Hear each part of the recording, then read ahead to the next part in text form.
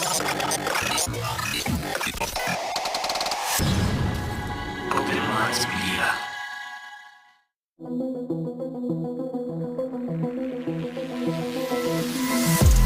reality we live in can be a very strange place.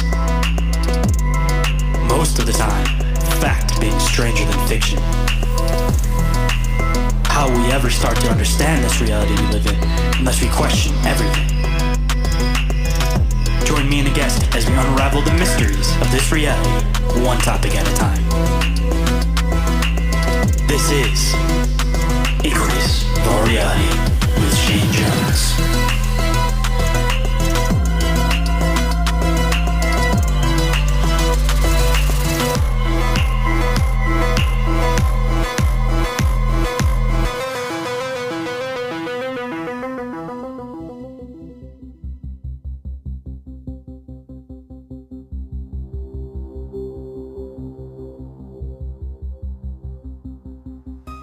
What is up, Inquirers, and welcome to the expanse of deep open-minded conversation. I'm the one they call Shane, and today for you guys, I have somebody who literally wrote the book on Sasquatch spider crawling. So we are going to be diving back into that squatchy goodness, diving back into some more awesome Sasquatch conversation. But before we can get into this awesome episode today, just a couple of quick news and updates.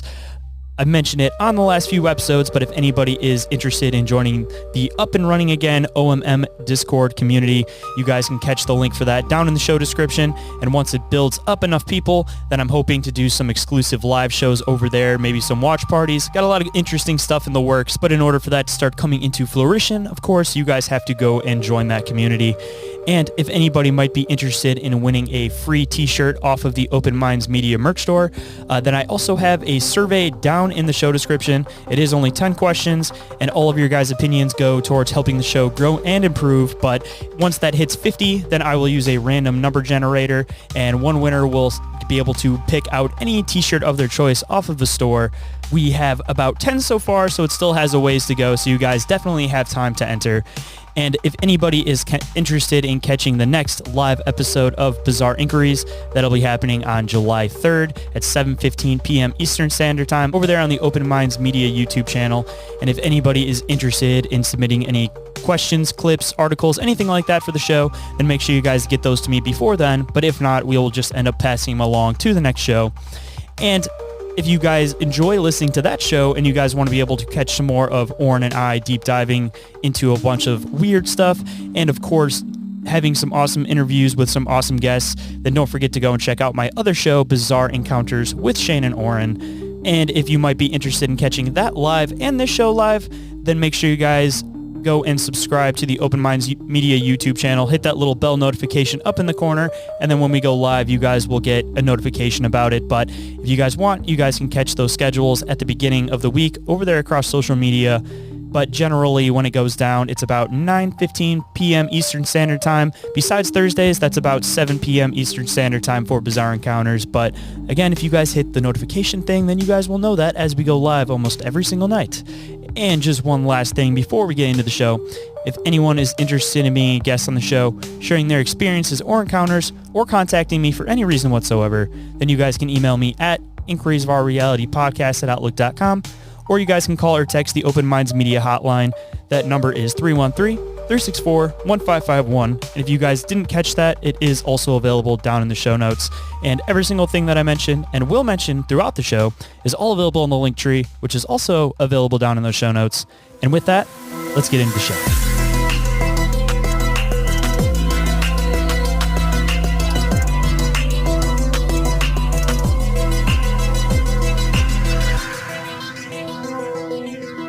Please welcome to the show, author John Reiners. How's it going today?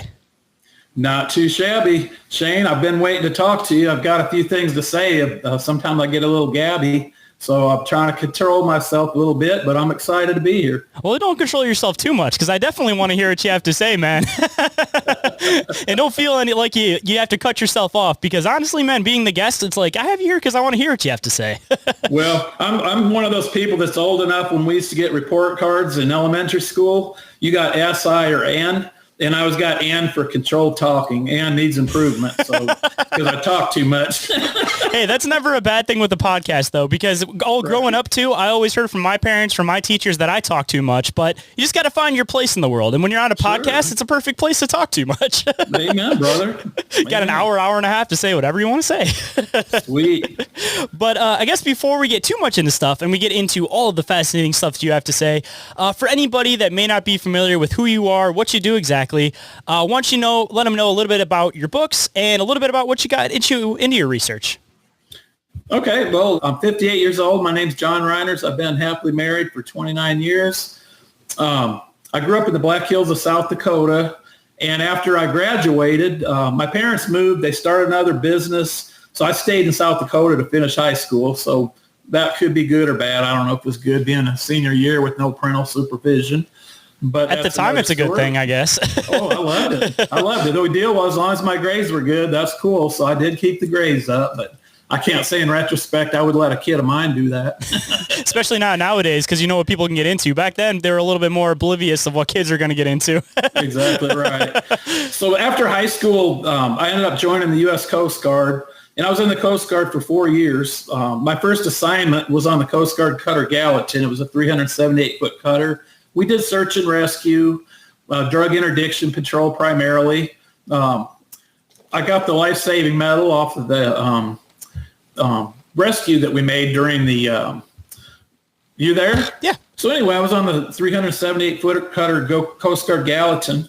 I spent a year and a half or so on that. Then after that, I went to a yeoman school, and I became a pencil pusher and went to of all places, the Topeka, Kansas, at the Pay and Finance Center. Nobody there ever believed I was in the Coast Guard when I tell them, but I worked in the federal building. Well, then the oil spill happened in Anchorage, Alaska, and that was in 1989, somewhere around March of 89. So I jumped at the opportunity to volunteer to go up there. Well, when I got up there, I didn't have to clean oil. My job was working in the Marine Safety Office. So I had the advantage of my job was to find people throughout the Coast Guard, get the arrangements, fly them up there, put them on a seaplane, and they go to the different beaches to clean oil. So I didn't have to get my hands dirty. But it was a really interesting assignment. Well, anyways, so after that, one day I got to the office, and I had some bad news, so I had to fly home. After that, I got out of the Coast Guard. My sister ended up committing suicide, which is sad. I'm sorry to hear that. Yeah, but I always encourage people, call 988, get help. She never got help, but that's kind of how my oil spill experience ended. I had to come home on emergency. So then after that, I got out of the Coast Guard eventually, and I started a business importing wicker and rattan.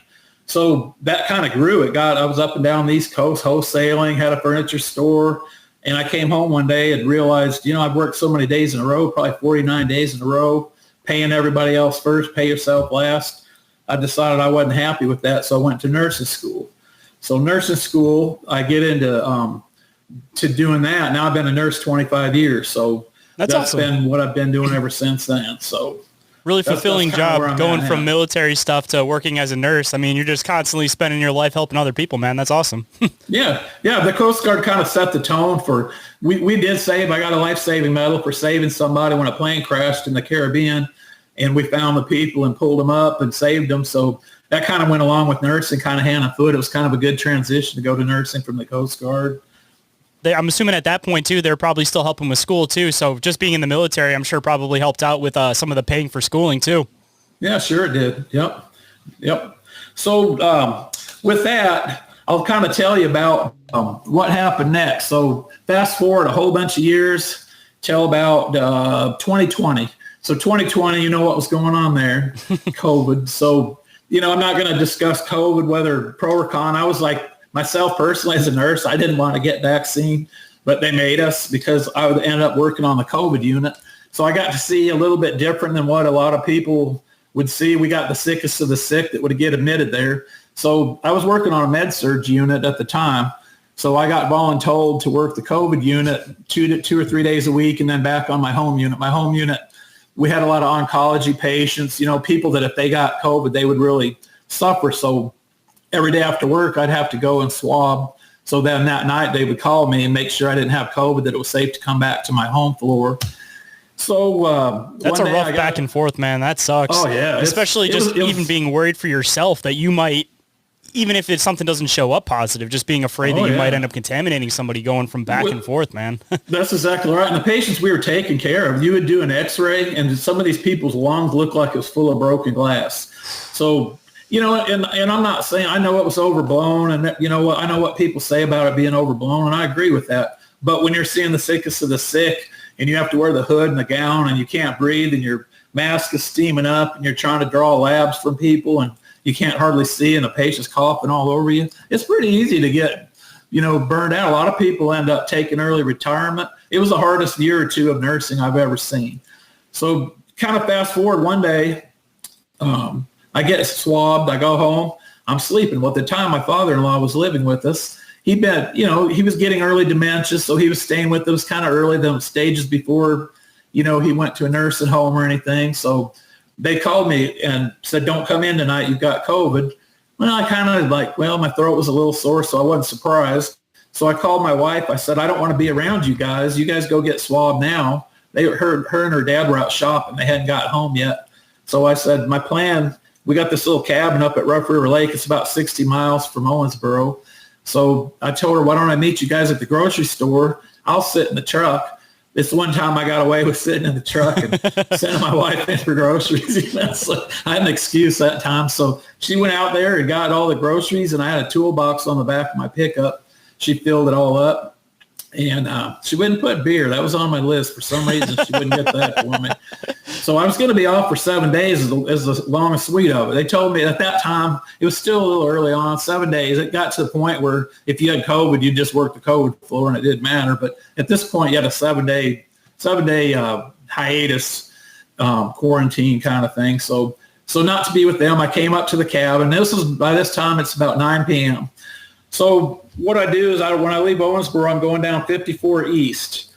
And this is going somewhere, so just hang with me. So I ain't rushing you. I want to hear the full story, man. So 54 East, out of Owensboro, up to, you get to this town called Fordsville. Now, Fordsville is it's a really small town. It's like one road, pretty little town, really nice. You know, Americana. It's got a little diner, a post office, fire department. Dollar General? No, believe it or not. Oh, one of the few that hasn't been touched by Dollar General. They built one on the outskirts of it. So, yeah, at that time, there wasn't one there, but they have one now on the outskirts.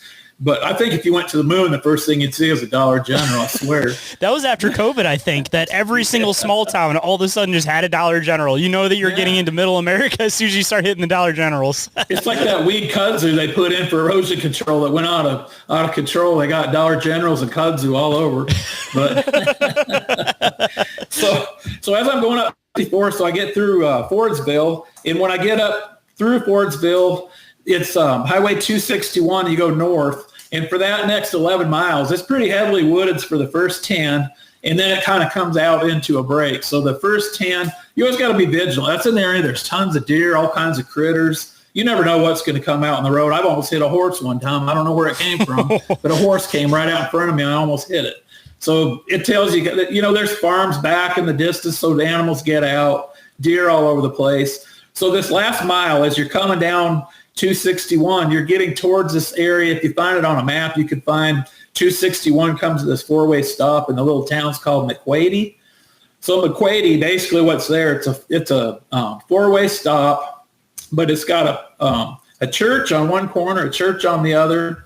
Next to that is a convenience store, and that's about it. There's a little, I call it a McPost office. There's a McPost office because the town's McQuady, so see what I did there. So the McPost office, it's a little trailer. And so that's where I turn. Right there is where I go on 105 South, and I go the rest of the way to the lake. So 1 mile before I got to the 105 and McQuady is where I had this encounter that I want to tell you about. So what it is, you're coming out of the woods, and then you're coming into some open farmland. There's this tree ravine that goes right along 261 on the left side. The other side on the right is still pretty heavy woods. So by that ravine, there's another ravine about 40 yards past, but that one extends maybe 150 to 200 yards further than the ravine next to the road. So as you're coming through there, you can see the end of that other ravine. So as I'm driving there, all of a sudden on the right side of the road, I see some white greenish eye shine. Looks steps up onto the road. There it is. It's a buck. Now, any hunter would have been marveling. This thing had the biggest rack. I think I've lived in Kentucky now 18 years. Second biggest buck I've ever seen since I lived here. I've seen a lot of smaller ones put on a wall in somebody's house. This was a trophy. But what was weird about it, it gets out on the road and stops. So I'm just looking at the side of it. He's not even paying attention to me, but he stops on the road. So at that point, I was kind of mesmerized myself, like wondering what in the world. So I've been looking at it. So as I'm getting closer, I have to, of course, start slowing down. I think, well, maybe there's more deer going to come out, but I don't know why this one stopped.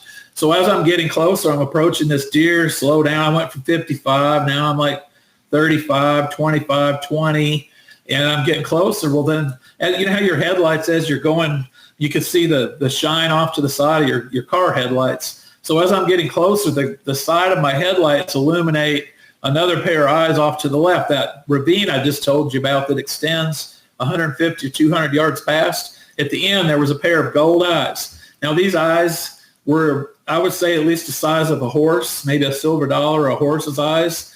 And they were a lot further apart than what you'd think, like a human. And you could tell by looking at it that, like a predator's got eyes that are binocular. They're looking head on. They're not like on the side like a deer. So these eyes were looking directly at me, and they were about 3 feet right off the ground.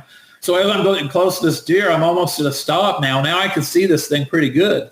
And it looks like it's a human-shaped head.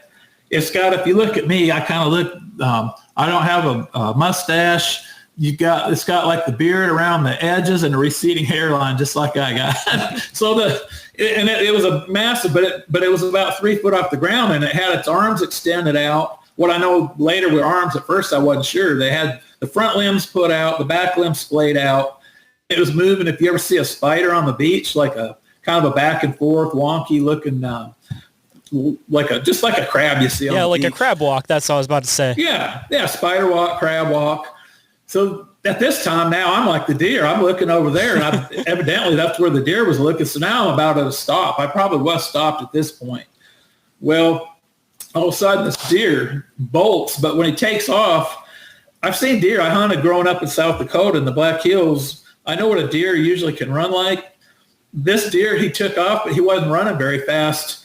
But as he's going, he wasn't going towards that ravine, but there was open field out in front of that ravine. So he was going out that way, maybe like at 10 or 11 o'clock, my 10 or 11 o'clock instead of maybe at 45, like at 9 o'clock. So he was going away from this, but still towards the open field. And I thought, why didn't he just turn around and go back to where he was at? So as this deer takes off, this spider starts turning and towards the deer. So like the deer, obviously he was watching the deer more than me, because the deer, as soon as the deer started moving, he started changing position. So he's coming, he turns towards the deer, and as the deer goes down this field, he starts more of a gallop, and he ends up going up to 2 legs as he gets closer to this deer. Now, he would have caught it on running on 4, so I couldn't figure out initially why he went up on 2. But then later I started thinking about it. I told you this buck was a trophy. He had huge horns.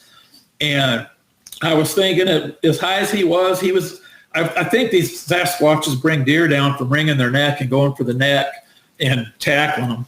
The same way you see in Africa at the safari, if you see like a cheetah go after a gazelle, they always go for the neck and pull them down. So I think that it was going to go and wrap its arms around it.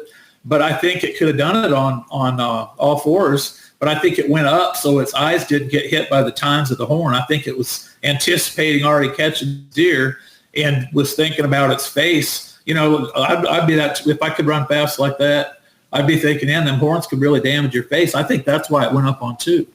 So when it went even up trying on to 2, hide too. They might stay on 4, trying to stay lower and hide because, if there's something that's out in the woods all the time, they're not going to have that like human smell. So if they stay low, deer are looking out in the distance. So, that could be part of how, people are always talking about these spider crawls with Sasquatch. It could be partially how they ambush their predators, is that they stay low because they can hide their smell. And then once they get into a good attack position, then you get up. And like you mentioned, it's also a matter of kind of keeping your head out of the area if you're trying to go for the neck, because if you're going for a buck like this thing, all it takes is that thing swings its head back and you're taking an antler to the face. Yeah, that's exactly right. Hold on tight, guys. We'll be right back after this brief commercial break. But in the meantime, don't forget to follow Inquiries of Our Reality on Instagram and Facebook. And don't forget to check out Open Minds Media on YouTube and TikTok. I'd love to hear from you guys, so feel free to leave a comment or spark up a conversation. I love getting to know you guys.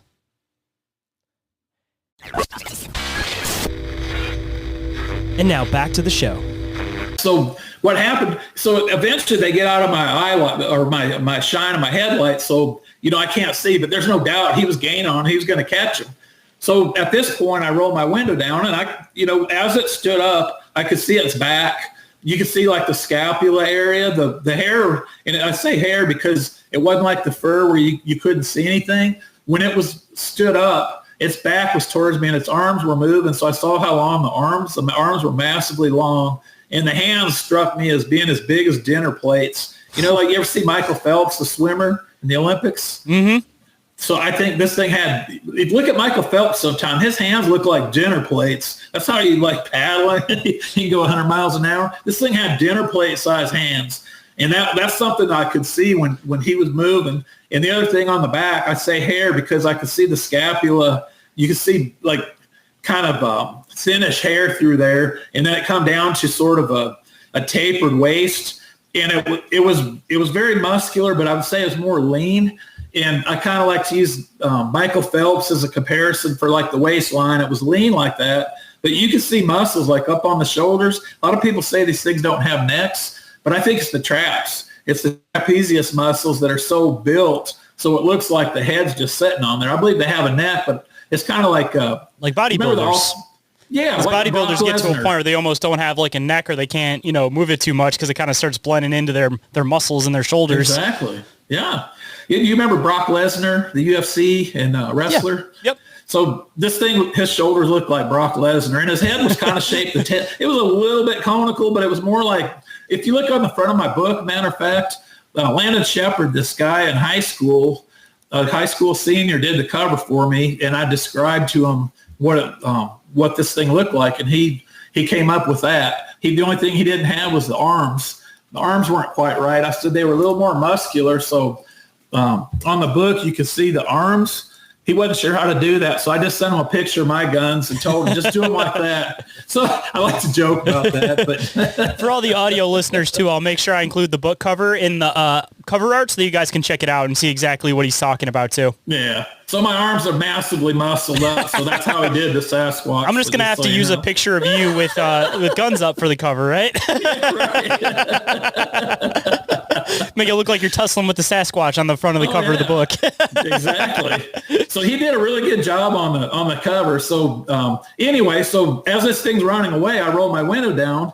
And at that time, they're out of distance. So I rolled the window down thinking, I'm going to see if I can hear anything or smell anything and whatnot. Well, this is when everything came together and clicked. Why that deer did what he did, why that thing was on the end of the ravine.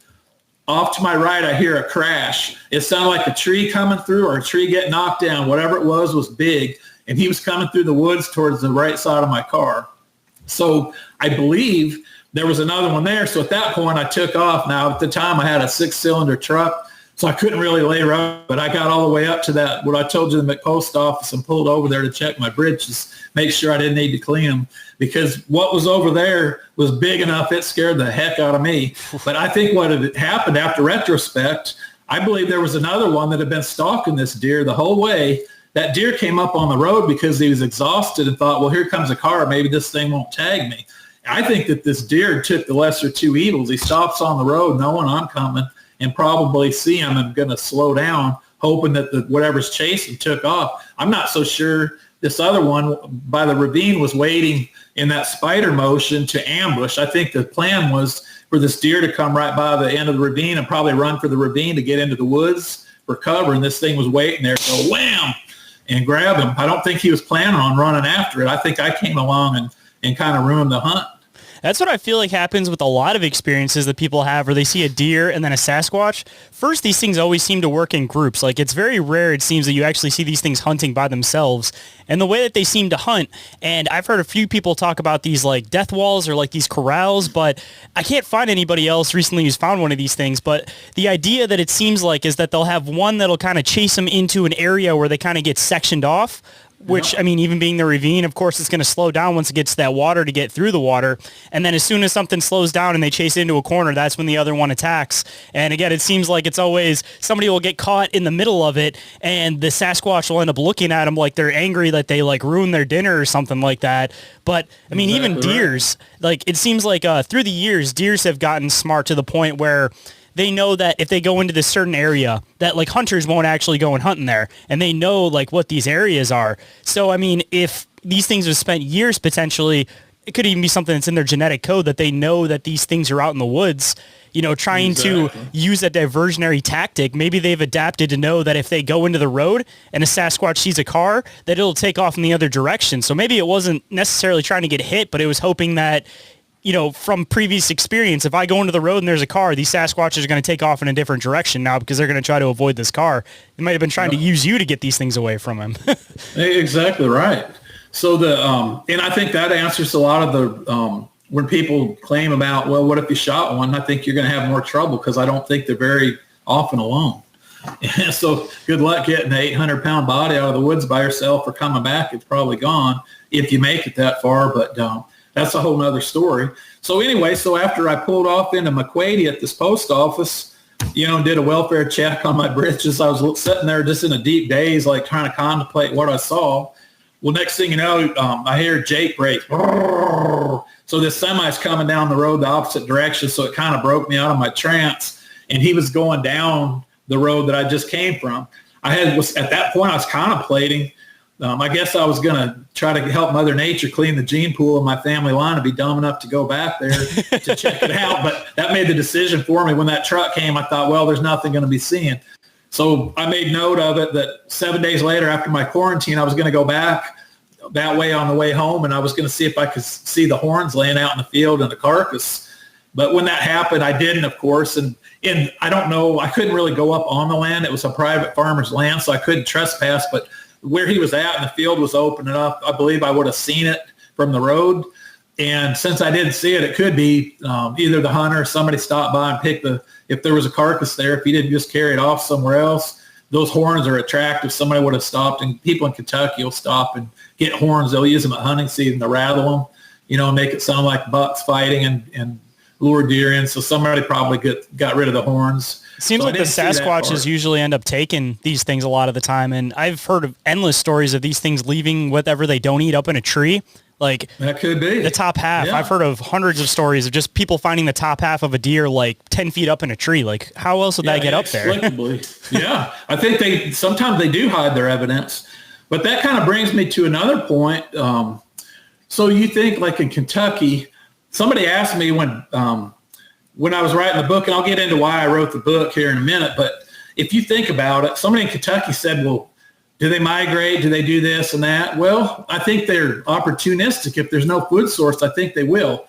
But in my area, if you look at Owensboro, Kentucky, you see the Green River coming out on one side over by Spotsville, and I'm sure you probably heard of the Spotsville monster. Mm-hmm. That's been sighted over there. So that comes in. Then you got the Ohio River. The Ohio River runs all the way between Kentucky and Indiana. So I think we do have a number of sightings, like right in our city limits in Owensboro on the outer edge over by the Audubon Park. But I think they cross over from the Green River, and sometimes I think they can jump in the river and just swim on by Owensboro, avoid it, and then you're back to heavy woods. You're back to the area where I'm at, going towards the lake. You got the lake, you got Panther Creek, you got Rough River. I think they could travel along all these rivers and creeks. Believe it or not, Kentucky has more miles of river than any other state except for Alaska. So in my area, you got the river, but then you know what else we have? Mammoth Cave. Mm-hmm. Mammoth Cave, one of the biggest caves in the world. They've explored 336 miles of this cave that's mapped and known, but they feel like it's at least 2 or 3 times bigger. Where, you know, who's crazy enough to go 300 miles back in a cave and or even going? Just like a little whole passage that you don't even realize is anything, and then you open it up and all of a sudden, boom, it opens up into another couple hundred miles. Oh, yeah. So there's branches going every which way. Farmers still find openings that have had land for years in their family, and they'll occasionally find, say, move a stone or whatever and find another opening. So I think these things could stay in there. And so back to my original point about food source. Even to throw in something real quick about the rivers too. I mean, these things, you're just describing the size of their hands and you're kind of comparing them with Michael Phelps. I've heard a bunch of stories of these things being really good swimmers. And I've recently started hearing stories of people saying that, like I had somebody on relatively recently that was talking about literally seeing one diving down into the bottom of water, collecting crayfish and bringing crayfish up and like eating crayfish in the water. So it's like the water isn't going to stop these things. If anything, I feel like these things are great swimmers. That might even be a faster source than walking on the side of the water if they can just keep swimming and taking it down the current, you know? Well, that's exactly right. If you read the last page of my book, you'll see I've already been working on a book about Sasquatch swimming, and so that'll be published next year. I've already interviewed Jason Kenzie, the movie producer, about that, and he gave me the whole rundown on his thoughts of swimming Sasquatch and so forth. So that's going to be something next year that'll be out there that I'm excited to. But anyway, so I was going to tell you about, so you think of a deer, say a white-tailed deer in Kentucky, say I shoot a 200-pound deer. 200-pound deer, it's been a while since I've hunted. Like I say, I'm 58. I haven't hunted since I was 18. I fish all the time. It's too much. I don't want to cut into my fishing time. I'm a big fisherman too, so I feel you there. Yep. Well, I'll tell you a little bit about that in a minute or two. But so anyway, so I feel like out of a 200-pound deer, we get about 65, 70 pounds of meat out of it for a human to put in your freezer and whatnot. However, that same 200-pound deer, say you have a Sasquatch tag one like what I saw. He gets a deer, say it was roughly 200 pounds. Out of that 200 pounds, that Sasquatch is going to eat the animal's liver, kidneys, heart, all the meat that we would process in addition. They probably break the bones and suck the marrow out of it. They're going to eat the brain. They're going to eat everything but the bone cartilage and the bones alone only like that only comes to like 30 some pounds. So I think they're going to get at least 130 to 140 or 50 pounds of meat, where we only get a lot less than that. So if you feel like I'm a 200-pound guy, I need about 6 pounds of food to subsist per day. So a 400-pound guy needs about 12 pounds. So say a juvenile Sasquatch is 400 pounds, so that's 12 pounds you need for junior. And say a senior Sasquatch is 800 pounds, that's 24 pounds of food a day.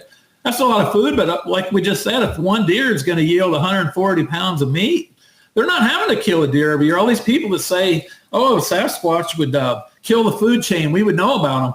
I disagree. Sasquatches have been here longer than we probably have. They're already part of the food chain, so whatever they've been taking is calculated into the deer we see and whatnot. In Kentucky, we have more deer now than we did in the 1800s. You'll see them get hit out on the highway. They're dead all over the place because there's too many. Farming and cultivation in the winter leaves all that residue, the seeds and the food and everything. So in the winter, when they used to starve under a cruel winter, they've got food. And the other thing I think a Sasquatch is capable of, they're analytical. They could pull corn and put it in one of these cave systems to hide for later. So they're resourceful. There's plenty of food source. And there's fish, all kinds of stuff. So I don't think they're as gluttonous as us too when it comes to food, meaning that we're going to excessively eat because we have the option to excessively eat, but things in nature don't do that. They eat what they need to sustain themselves, and that's all they eat. So it's like we're comparing it to like what a standard person eats versus like what an actual standard person would need to eat in a day to suffice is going to be a lot less than what our idea is. So we have to also take that into consideration, that these things aren't going to be just eating for fun like people do. They just eat when they feel the need to eat and they get hungry. That's exactly right, Shane. They're not sitting around on a sofa with their hand in their belt saying, man, what else am I going to do? Lay here and eat. It takes calories to hunt and whatnot, and they got to conserve energy at times. They got to have a little fat stores for the winter, I'm sure. But you're right. They don't need the food that we need. We typically are gluttons, and we probably eat double the amount of calories per day, most of us, than we need. Yeah, so just off of that, it's a way less food source. And like you mentioned, even being able to store stuff. And even some of the sightings that are starting to get a little bit closer to city limits too. When it starts getting into the colder months and they start running into stuff, like I don't feel like it's above these things to you already hear stories about them coming into people's pole barns, gardens, taking stuff. When they start getting into the harsher months, how hard is it to dig through a garbage can? You know how many probably good food scraps you could probably find in there? Oh yeah, tons. Inquiries About Reality will return after this quick commercial break.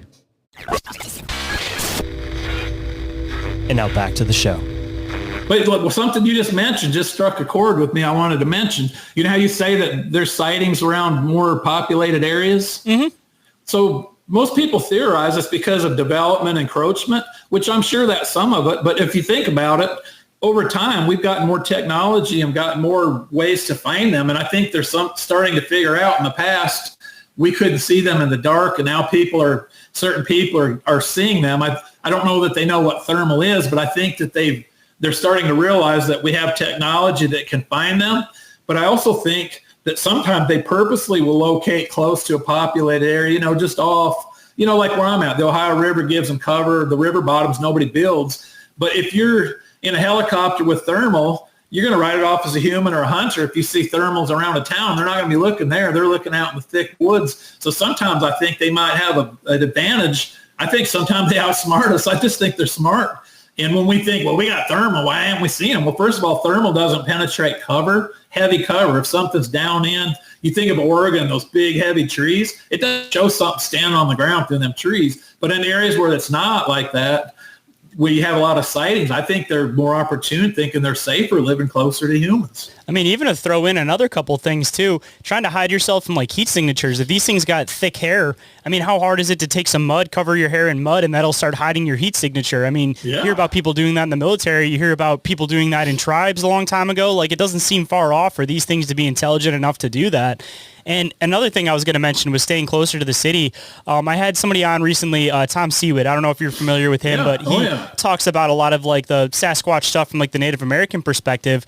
And he's been talking about this whole like conspiracy, as he calls it, with basically whatever these people are, whoever the group is from the government, or even if it isn't necessarily the government, trying to take these things out, which comes into the whole like black helicopter phenomenon that people experience when they're out Sasquatching. And a lot of the time they'll mention this weird thing that they won't hear the helicopter noises. They'll just start seeing it. Or on the flip side, they won't see any helicopters at all, but they'll start hearing some of the noises.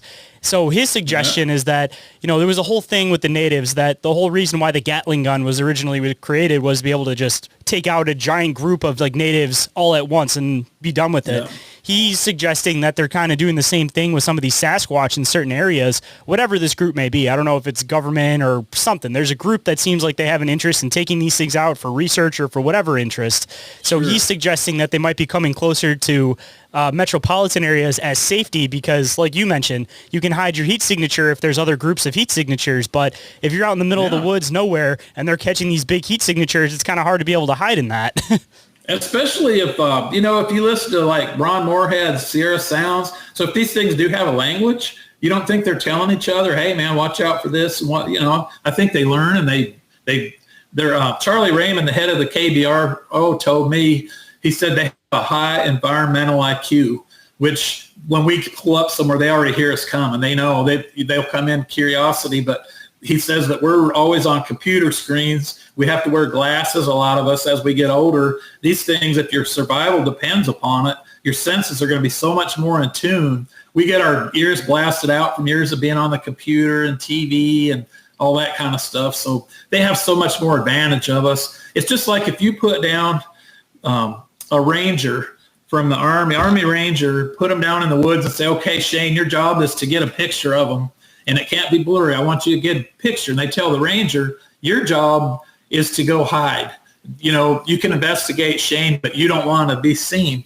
How successful are you going to be? Most of us wouldn't have a prayer. So now you think of a Sasquatch that's probably 10 times, maybe more, that can smell us where people can't smell. They can hear us coming way before like a Navy SEAL or a Ranger or anybody. So you just think of our special forces, how good they are, and then square that times 10. All of a sudden, it doesn't become that hard to figure out why it's so hard to catch up to these things. And I'm always talking about this intelligence factor, that everybody tries to compare intelligence to human intelligence. But if you're in an environment where the stuff that we find as human intelligence isn't important, then you can't necessarily compare the two because, us being able to read, being able to write, being able to do all this stuff, there's literally no reason for a Sasquatch to be able to do that in the middle of the woods. Their intelligence comes to the aspect of knowing how to completely hide in the woods, know how to do this in the woods, know how to completely everything that we wouldn't be able to do. So it's like the intelligence is completely different. It doesn't mean that one is more intelligent than the other. It's just that they've adapted into their environments in totally different ways. But if you mix the two over, then of course the other one's going to look dumb. Like if you put us, an average person in the middle of the woods and tell us to survive, good luck. Like there's a handful of people that can be able to do it, but the general person, especially nowadays, is not going to be able to do that. And so like, why are we going to say that we're more intelligent than these things when we aren't even able to do what they're capable of doing? But on the flip side, again, they have no reason to be able to read or write. So why do we want to try to use that as a standard of comparison? There's no reason. Yeah, that's exactly right. It's trying to compare apples to oranges. It's a totally different thing. But I was going to tell you about the reason I wrote this book is because after I told you about my sighting, I went to my cabin that night, and a good buddy of mine, I had called him and told him I was coming. He had a nice little 6-pack laying on there, and he said, I know your wife wouldn't buy you beer, so I'm not an alcoholic, but if I was going to be 7 days, having 6 beer over 7 days is no biggie. But so he took care of me. Well, I sat down, I opened one up, I called my wife, and she says, what's wrong? I can tell you're not your normal chipper self. So I said, well, I don't know how to tell you this. I told her, and she kind of was quiet. And so I kind of think like, man, if your own family's trying to come to grips with it, try telling other people, So anyway, at that time, I was writing my first book called More Than Just Fishing, The Tale of a Father and Son Friendship. So I wrote that book, and during that 7 days, it gave me time to work on that book. So as I was finishing that book, I started wanting answers about what I saw, the Sasquatch on all four walking around like a spider. So as I researched it, I realized I could only find 2 pictures on the internet. One was a drawing and one was a pretty good artistic rendering. And then I found on YouTube, I think her name's Maria Sidorova on YouTube. It's a human. She's a ballerina, but she can spider walk pretty dang close to what this looked like. You can find that on YouTube. But other than that, there was no books. I couldn't find any books about it. So the more I thought about it, I was finishing up on this other book I was writing on fishing, the fishing stories. And I thought, you know what, why don't I just start, because I started by then contacting other people to say, have you ever heard of this happening?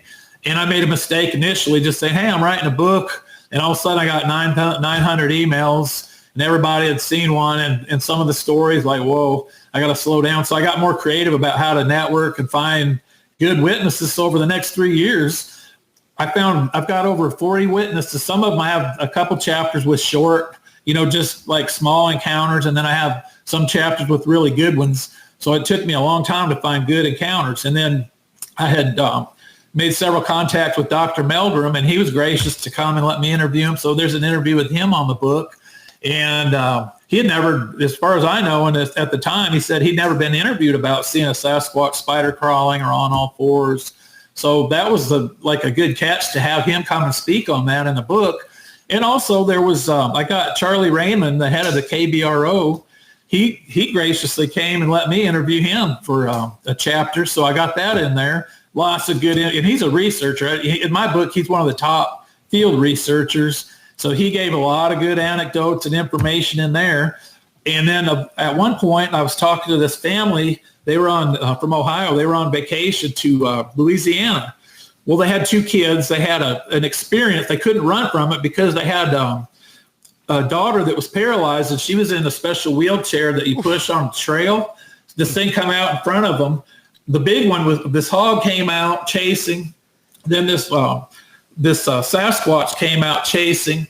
Then they see a little one, and the little one was spider crawling across it was on all four, and it turned and saw them, and it was standing there, and they got a good look at it. They said this juvenile, they said it looked like maybe the size of a toddler, maybe like a 3 or 4 year old human, but they said it was bald on the top and had just hair like on the sides, and it looked sort of human, but they thought it had bluish color eyes, which is weird. But what they saw before that crossing, and then eventually this big one makes a whistle and the little one scoots off. Well, they had to get all the way back to their car, and they can hear all this carnage going on in the woods.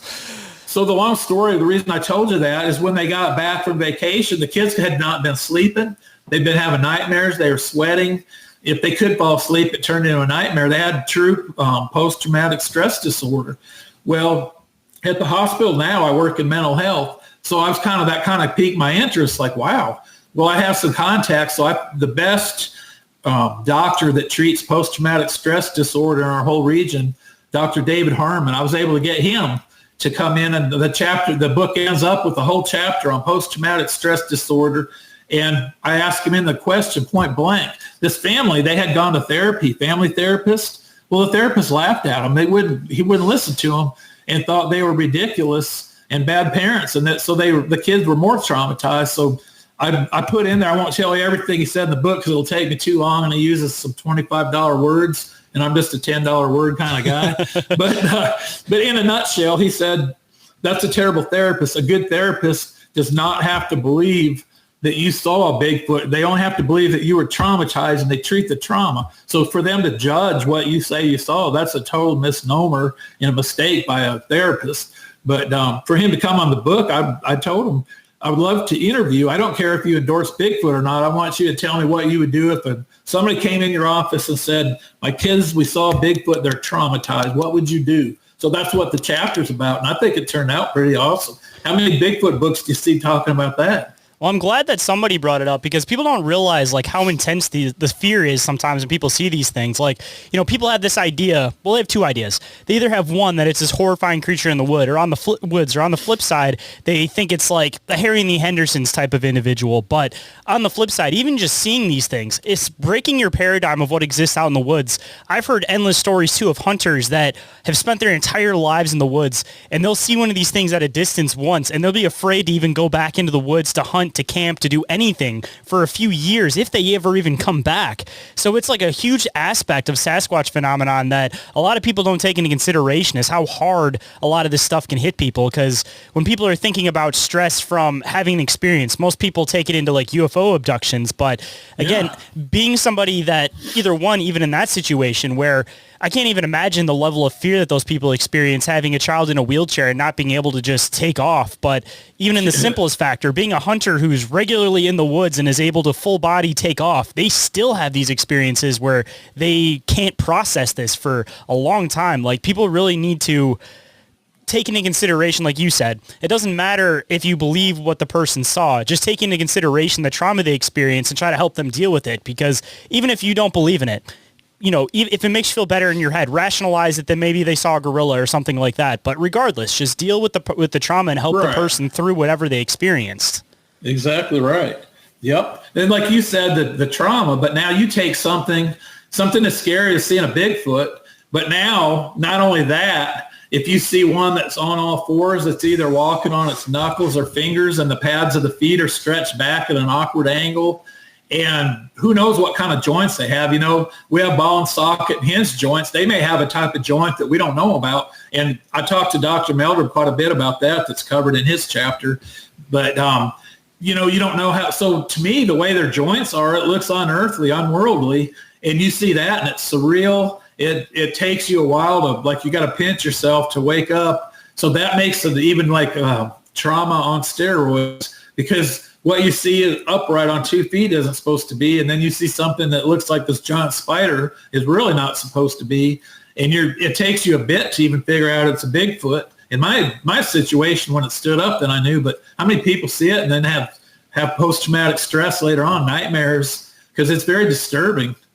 And just to continue on with the whole spider crawl aspect too, so I've heard a lot of people talk about, like, they'll be having like a campfire and they'll talk about how the Sasquatch will crawl up. I don't know if you've seen any of those thermo shots or seen or heard any of those stories like in full detail, but is the crawl that they do coming up to like campfires the same as you're kind of describing as the spider crawl, or does that seem like it's more of like a literal just body ground crawl?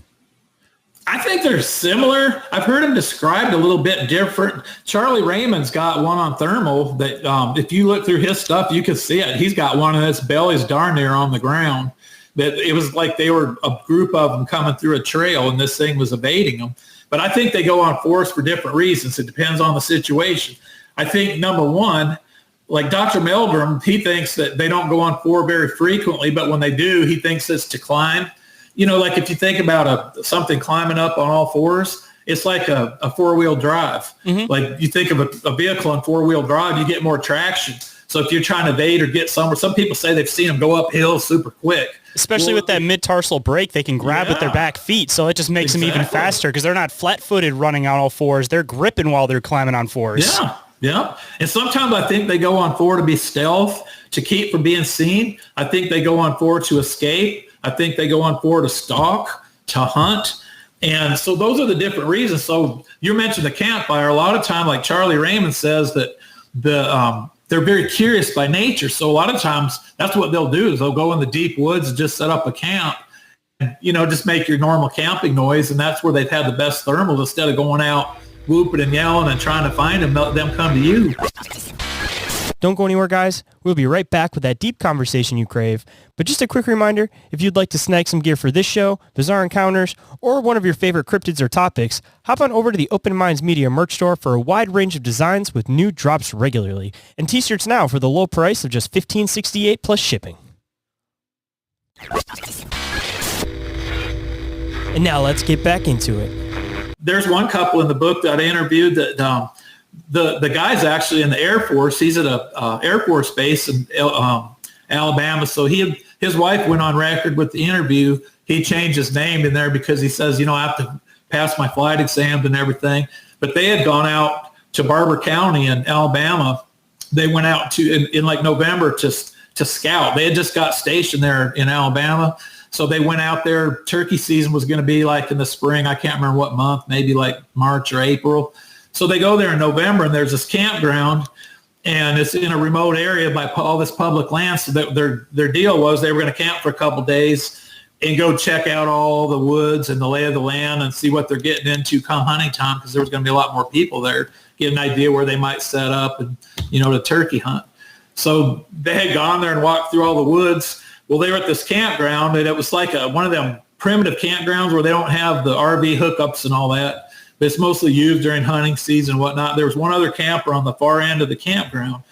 So as they were sitting around their campfire, she decided that, I haven't used my call for a long time. So she got out of her camper. They had one of them little teardrop campers. We're sitting in chairs right in front of it.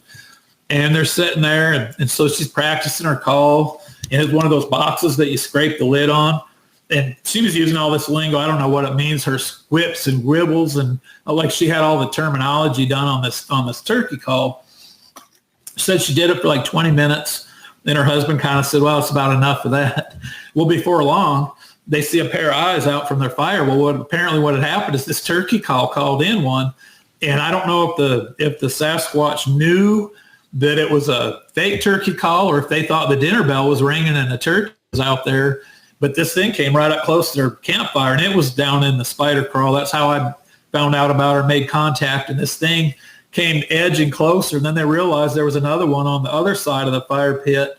Just, like a fire, how your lights cast out. They're just on the edge, just so they kind of look like a shadow, but it was glowing off their eye. They got eye shine, and they saw this, and they were petrified.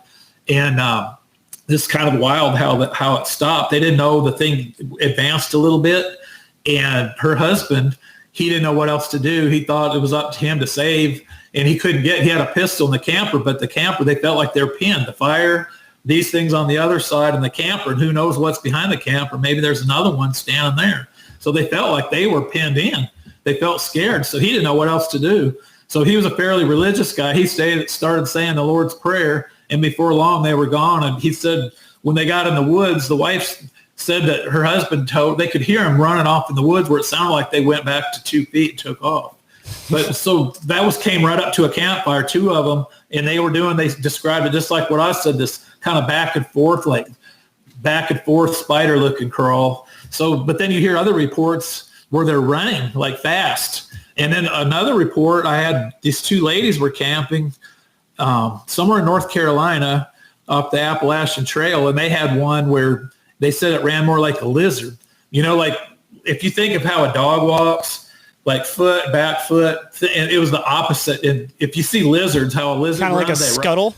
They do that like scuttle kind of thing. Because they're using the opposite limbs. Like the opposite limbs are moving like as a dog would run, but they can go bursting fast for short distance. Like you're not going to run fast like that long. And this one ran from their tent to the woods like a lizard. She said it burst so darn fast. but that she described it moving like a lizard, like this back and forth with the legs going out like that. So I think they can walk a lot of different ways. I think they really can to evade. I mean, I think they're opportunists. They'll do whatever it takes. I mean, it doesn't seem far out of the question to consider that these things definitely would get low, especially if they're an apex predator, because every single apex predator that I can think of, as they go to come up on prey or to check something out, they always start low. From dogs to cats, they do the low dip and they start getting lower and lower. Even people. I mean, we're hunting. What's the first thing you do? You start looking for coverage. You get lower behind a bush. So, sniper. Yeah, just to take into consideration, like, why would this thing, who seems to be just as intelligent when it comes to the woods, stand up tall when they go into like a hunting or coming to check something out? Like, it would make more logical sense that these things would get into some type of lowered hunting pose. It's just a matter of, you know, a lot of the time, maybe a lot of the sightings that people see are the off chance sightings of seeing them, like a lot of the roadside sightings and stuff. But, you know, if you're somebody who's like camping and you hear about all these different like thermos, like we were mentioning earlier about them kind of doing this crawl to come up, you know, that's a matter of maybe they think it's a hunting opportunity, but they're coming to check it out first. Just a matter of catching them at the right opportunities depending on what they're trying to do at that time.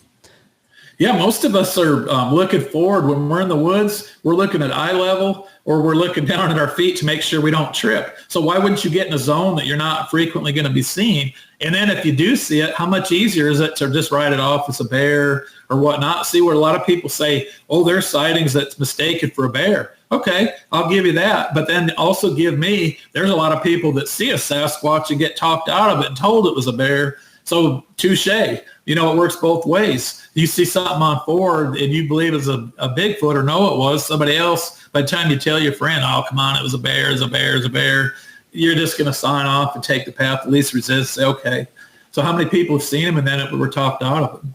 I mean, even on the flip side, too, I mean, maybe the reason why they started developing to start going low is because they know that they can hide amongst things like bears. Because if they're at a point a long time ago where, you know, people are hunting these things down possibly, you know, you got to start getting a little bit smarter on how you're going to hide yourself. So a good way to do it is to camouflage yourself in with other animals. And if everything else is walking around on all fours, it seems like the logical thing to do to be able to hide yourself. Because like you mentioned, somebody just sees a little bit of hair off the top of somebody's back or something that's along some ferns.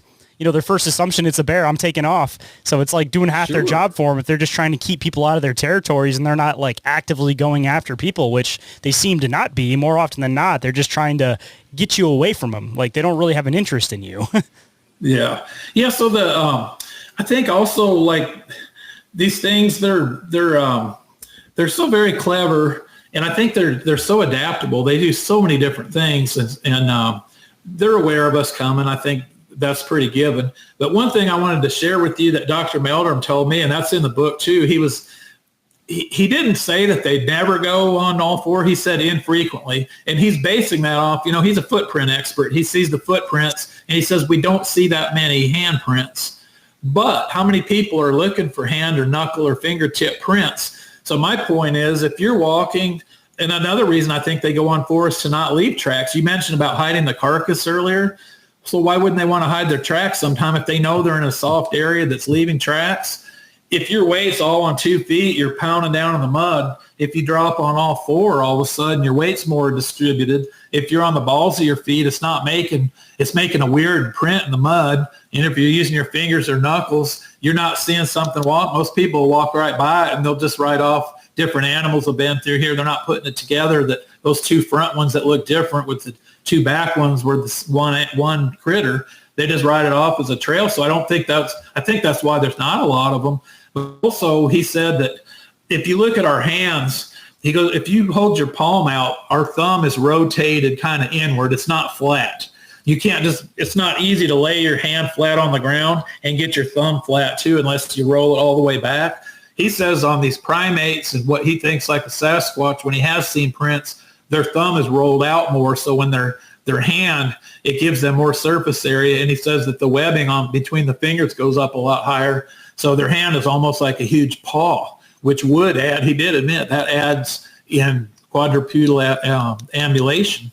So that's another thing that he said. And the other thing is if you look at Patty, the Patterson-Gimlin film, if you look at when the scientists figure out the intermembral membrane or index, intermembral index, it's 90. Well, in a human, it's 70. Well, 90 is more conducive to something going on all fours, more equal distance on your limb length. It's a lot easier to ambulate. Like us, if you see even a chimpanzee, their butt goes way up in the air because they got a disproportionate, such a disproportionate, and they swagger back and forth. But they do go on all fours just the same, even in an awkward walk. But I think the more equal your limbs are, the more likely you can go on all fours more often. I mean, even on the other side too, I mean, depending on which way you kind of believe Sasquatch might be, I know a lot of people have different theories on it, but if you're getting into the idea that maybe there was some kind of like a split that happened from humans to these things because there is some type of relation to us, if we at one point, I'm sure, walked on all fours, we kind of did like a back and forth thing, but we eventually adapted to completely standing up. And now we've gotten to a point where it's like, we can't go back down on the ground because we're not shaped that way anymore. But if you had this creature that never fully stood up at all times, but they kind of just switched back and forth, like who knows how their joints could have possibly adapted or changed over the years where they would have the option to go back and forth, something that, I mean, we have no other animal to really be able to compare it to because we'd be the closest one, and we clearly completely shifted to standing up. So, I mean, this could be another missing link in the aspect of like how something would be able to, what their joint system would look like to be able to switch back and forth and be able to be just as proficient moving on 2 feet or 4 feet, which there's no other animal that I can think of on the planet that has that ability to switch back and forth like that.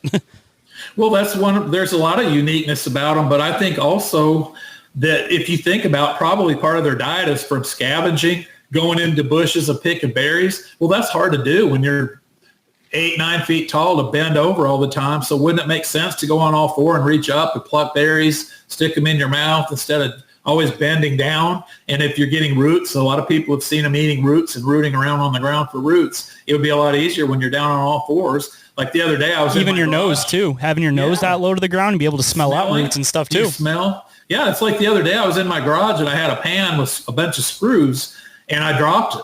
Well, I didn't stand up and bend each one and pluck each one out. I got down on all fours and went around and picked them up, and then it dawned on me, wow, that's probably how a Bigfoot would root around for roots and stuff. I didn't stand up each time and bend down. And then you think about it, if they are scavengers at times, why wouldn't their body be more developed and suited to that? We can train our bodies to do things that we don't normally think we can. I didn't think I could do 30 push-ups or pull-ups. And when I was in the Coast Guard, I was able to, I started off, maybe I could do 12. By the time boot camp was done, I was doing 30 because I trained for it. So you could train even a human body to do things that we don't think we could do. So there's a lot of that too. And there's even a family in Turkey where the whole family walks around on all fours. I don't know if you're familiar with them. You can find them online. But yeah, I think I've seen that before.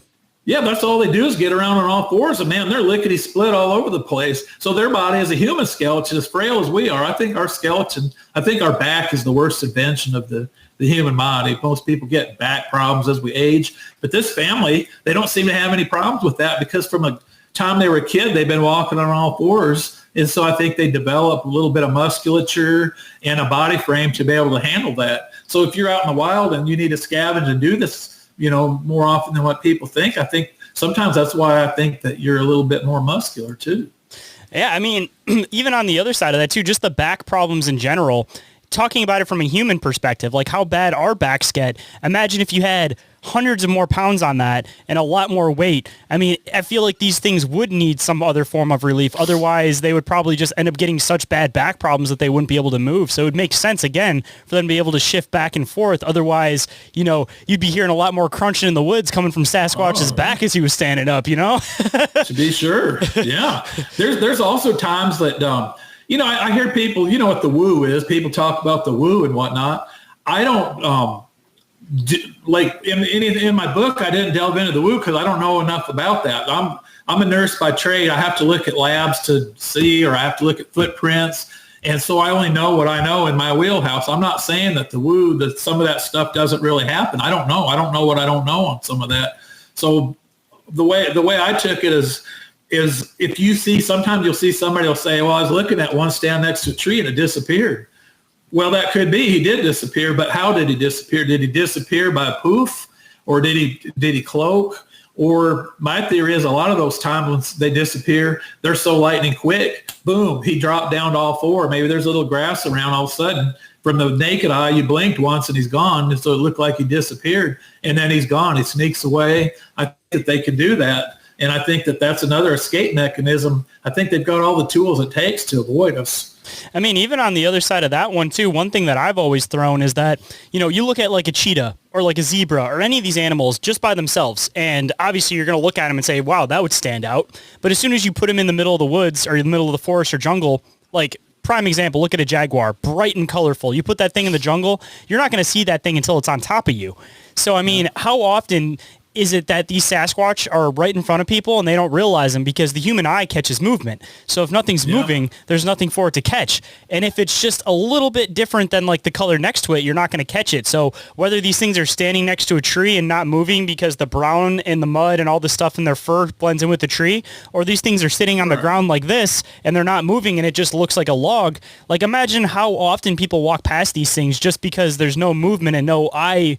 Your eye doesn't end up catching it. Like any apex predator, like you put them out in front of nothing and like I said, you can see them, but as soon as you put them in their natural habitat, like good luck. These things, you're not going to see them until they're on top of you. Yeah. There's one lady I talked to, she saw it going on all four and then it moved into where it made it looked like a stump. It folded its body over. And she said, if I was in the distance, saw that, I would keep hiking and not even think anything of it. So if you're not looking for something to be a Bigfoot, they could fold themselves up to look like a log or a stump and you walk right on by. But at the same token, it's kind of like if I took a tree and set it in my living room, say my wife comes home, she's going to notice it. So if I put a game camera that's man-made and we think it's camo, but it's got a lens that shines. So I think they know what a scope looks like on a rifle. I think they can sense some of the, I could think they could tell infrared. I think they can hear the LED, some of the noises, these things, the frequency they emit. I think that it's just like if I put it in my living room and put a game camera in their environment, I think they know, they can see it. It sticks out like a tree would in my living room. You're in their living room putting something that doesn't belong. I don't think they're so naive that they can't detect. I mean, even beyond Sasquatch, there's a lot of animals that pick up on those cameras anyways that you still can't pick up on trail cam.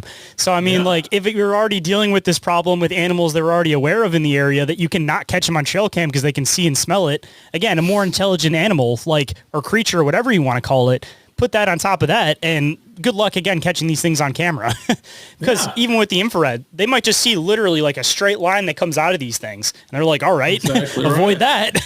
Yeah. I did a whole chapter on electronics and all that kind of stuff in there too and got a lot of good information. So the way I put it together, you got your encounters and maybe a really scary encounter, and then I'll shift gears a little bit, maybe put a little humor in the next one, and then maybe talk electronics and talk about different things, and then put an interview with like Dr. Meldrum or Charlie Raymond, and kind of mix it so it's sprinkled through. So in each chapter, it makes it where you can go to bed at night. A lot of books you read and it's hard to find a stopping point because I go to bed, but I got to find out what happens next. So when you have the different stories and interviews and stuff, it's easy at the end of a chapter to put a bookmark in it and then pick it up the next time, go right back with it. So that's kind of nice about that. I've got a little bit of everything in there, really. It's 438 pages or 436 pages. I opened the spigot.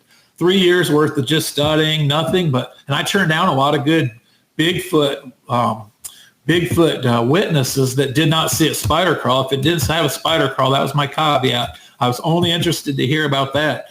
So I turned some good witnesses over to other people that I would have really liked to have used, but I wanted to keep it to the spider crawl. So every story in there involves either it dropping and running on all fours, it climbing a hill on all fours, or spider crawl. That's everything. There's enough stuff out there and there was never a book about that. So I wanted to just stick to that.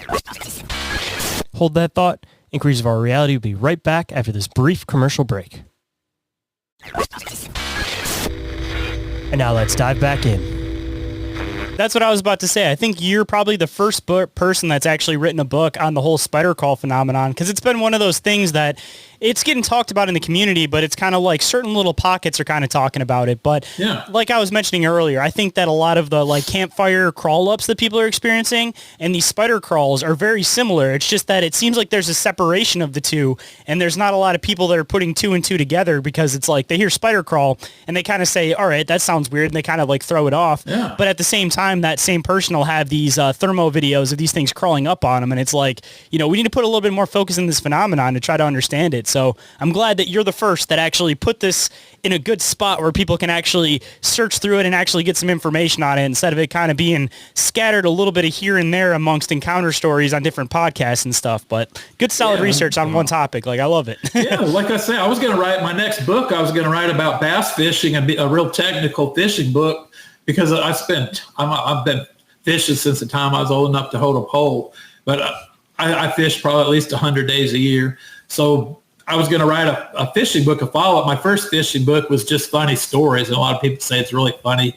You know, my dad's 86. We still take a fishing trip every year. Matter of fact, when me and I first contacted each other, I was on one of those fishing trips with my 86-year-old dad. We still fish every year, and we have since I was 14. Every year we go on an annual trip. So that was my next thing, was going to be a diehard fishing book.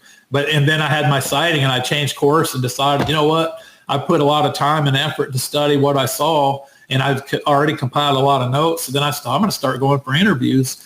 And then I decided, you know what? I got enough of this stuff and done a lot of work. So I got contact with Dr. Meldrum and Charlie Raymond, and, you know, got them convinced that I was a serious enough person and put enough thought into this. And I was able to, like I say, get Dr. Meldrum to come out and talk about it. I don't think he's ever come public and talked about it.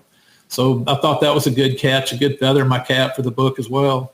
Say, especially like you were kind of mentioning, getting somebody who's an actual like recognized doctor that's in the community to start actually talking about it from a biological standpoint. That just is another thing that brings some good solid validity to a lot of people that may, again, just hear the stories and sound like it seems like a little off. Like, sometimes people need that scientific connection to be able to say, all right, maybe there is something here. So I'm glad, again, that you were one of those people that actually went out and, you know, got multiple people's perspectives on it to give people a good viewpoint of it, not just from one single perspective.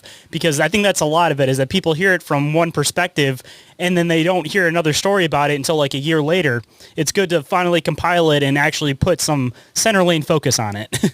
Yeah. My first contact with him, he thought he was dashing my hopes. He said, I'd be happy to talk about it, but I want you to know, with the caveat, that I don't put a lot of stock into the Sasquatch going on all four frequently.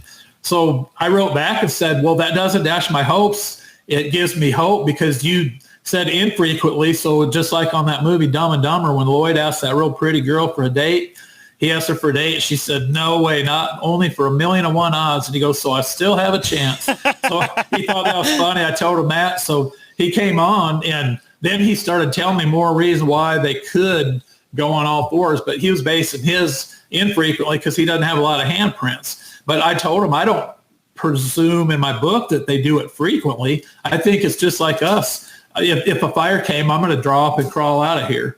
You know, I'm not going to crawl all the time. So I don't think they do it frequently, but when they do it, I think they hunt, and sometimes they'll do it to drop down and hide. So even if you do something once or twice a week, that's not frequently. Like, I grab my phone frequently and check my message. That's frequently. If I, have a latte once a week, I wouldn't really say that's frequently. So I got him on that infrequently, and he kind of laughed about that. So I said, so you still think they did?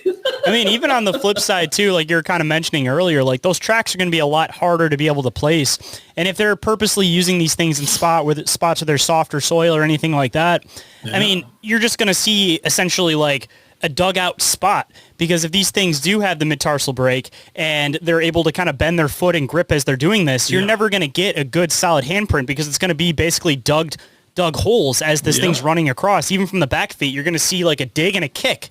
So you're not going to get anything that you're really going to be able to take a cast of anything. It'll just be probably like a hole and then some dirt kicked back. Yeah, so I think a lot of us just missed the prints. I think that's why there's not very many casts. People don't know what they're looking at, if you can see them. And I mean, if these things are on grass, anything like that, it might just look like stomped down spots from deer because, I mean, deer, you're looking at like the way that their hooves are shaped as they're walking. And if they're walking in grass, they're kind of stomping down flatter areas. And unless you're like spreading the grass out, it's not like you're really seeing deer prints unless you're purposely looking for them. So if you're going through an area where it's a little bit more grassy and you might be walking through an area where you think it's, you know, a deer trail, you know, you might actually end up finding some spider crawl movement in there if you actually looked because it might be hidden amongst the grass and the deer tracks. Yeah, I think that there's just so much reason for them to do it than not to do it. And like I say, if their main mission in life is to survive and reproduce and thrive, I think that you would almost have to go down to all fours at certain times. I mean, that can explains a huge portion of the stealth factor because like you were saying, the sightings where people are seeing them and they just disappear. Maybe they're not disappearing at all. Maybe they're just dropping low. And a lot of the sightings that people have, maybe the reason why, you know, they're not as frequently seen is because the majority of the time these things stay low. And it's just a matter of like, you know, they get up when they feel like there's a reason to. Like maybe they spend a lot more time low than what we're actually considering here. Like because we're kind of looking at it like, you know, looking at tracks and everything, but it seems like logically moving, like if you're staying low, people can't see you from a distance, animals can't see you from a distance. You might hear some snapping and stuff, but I mean, maybe that's why they're not seen nearly as often is because maybe they do spend the majority of their time low. Exactly right. I think there's a lot of truth in that. And you also mentioned before we start kind of wrapping stuff up that you were going to start working on another book, diving into another phenomenon that I've been fascinated with, the whole Sasquatch swimming phenomenon. So I don't know how far that you've gotten into that, but I'd love to kind of lay a little bit of the groundwork for possibly a future episode when you start working a little bit more on that book too. Yeah, I'm pretty far into that, believe it or not. From the minute I finished this book, you know, then you got to promote the book. And, you know, I love going on podcasts. I love talking to people about it. But in the meantime, I started working on another one. And it says it on the last page of the book to get people to look forward. It'll come out sometime next year. It'll be called Aquatic Behemoth Sasquatch Swims. And it's about any kind of sighting in the water, around the water. I've already interviewed quite a few people about it. And I was able to get Jason Kanzi. I spent a couple hours with him just about 2 or 3 weeks ago and got a really good interview from him. And he thought it was kind of funny. I told him, I think you're the Canadian version of Steve Irwin. He thought that was kind of funny. But yeah, he has some good stuff to say about that. So he'll be in that book. And I've got a couple other feelers out of some pretty good names in the business. So it should be a pretty good one. It should be another fun one. And like I say, in life, I don't take everything super serious. I take the topic of Bigfoot serious, but in a book that's 439 pages, if it's all just dry stuff and then you get to the sighting, I sprinkle in fun. Every chapter, there's one chapter I get sidetracked and start talking about Venus flytraps and how come they're only in that area in North Carolina. And then I get to the sighting. But so each chapter, you'll see a little bit of a sidetrack, maybe like another one, this guy saw what he described as a rock ape in Korea. And I told him, well, usually rock apes were in Vietnam, like during the Vietnam War. And he goes, I know, but what else would you call it? And so I got his story. Well, then I thought, you know what, since I'm in Korea, Googling Earth and all that, I wrote about the DMZ. I actually called some Chamber of Commerce in Korea and talked to them about the DMZ. And, you know, I got someone down there speaks English, and I'm thinking, here's an area, I don't know, 600-700 square miles of wilderness that no human set foot on since the 50s. My God, what could be in there? So I started writing about the history of the DMZ and what cryptids in there. Who knows? But just to continue on with what you were talking about with spiders, I'm sure you've probably seen the stories from Vietnam with people talking about the giant spiders that they'd see crawling out of the holes and everything. So I mean, that's just another creepy cryptid over there. You got stone apes and giant spiders. Yeah, there's something where you'd have to watch you watch your back, your front, and everything when you're in a jungle like that. On top of the fact that even during Vietnam, like, you had to watch out for the people, you had to look out for all these weird different creatures, any bug, like, talk about just a horrifying time in history that not only was there all this stuff going on, but the whole aspect that, unless you're into this community, people don't even talk about is that how many endless stories are there of seeing these or the rock apes? Like, like almost every soldier has had some type of story of seeing one or knowing somebody that saw one. Like, it is so crazy prevalent from the stories over there that it's insane that it gets washed out of so many Vietnam documentaries. Probably just because it sounds batshit crazy. But at a certain point, if almost every single soldier is talking about it, like, you got to consider there's probably something to it. Well, here's something interesting, and I delve into that chapter I was just talking about with the DMZ. I also cover in there during Vietnam, there was a general, and I can't remember his name. It's in the book. It's kind of a hard name to say, but the Viet Cong, one of their top generals, diverted. Now, this is during the middle of a war. So how definite do you think he was on this? Diverted soldiers to go this area that was called Ape Mountain or Monkey Mountain, where they had a lot of rock apes. They diverted soldiers to go look into this and try to clear areas to make it safe to build some hideouts. That they believed it that much. They diverted a lot of resources during the war to look into this. I mean, even if, they might be some type of like undiscovered primate, which maybe for the stone apes, that's definitely a possibility. But on the flip side of it, how many stories have you heard of specific different islands and different places in like Vietnam and over in like all the weird, I don't want to say weird, but all the like kind of Asian island countries talking about these weird groups of animals that are like a miniature version of the bigger animal. So, I mean, it wouldn't seem like it's out of question for Vietnam, which is a bunch of like chain islands and stuff, to have basically a smaller version of Sasquatch. Like, it could definitely be an undiscovered primate. Sasquatch itself could be a completely undiscovered primate, or this might just be a specific phenomenon of Sasquatch, which obviously you see all around the world, but this particular region just has a smaller version of them. And it seems like a lot of the time that ends up coming down to like access of food source. At the end of the day, like, life is always going to try to find a way to survive. And if over time these things have to adapt to be smaller, then so be it. But they're still existing out there. And in turn, I mean, they might even be more stealthy because of it. Well, what you're talking about is called Bergman's Rule. Bergman's Rule, I don't know if you're familiar with that, but so Bergman's Rule, and it's not like a cut and dry 100% all the time, because you have exceptions of rhinos and elephants, but they have sweat glands are a little bit different. That's a whole nother ballgame. The Bergman's Rule dictates, say I'm in Montana and say I see a moose. The average moose in Montana, a large moose gets up to a male moose about 1,100 pounds.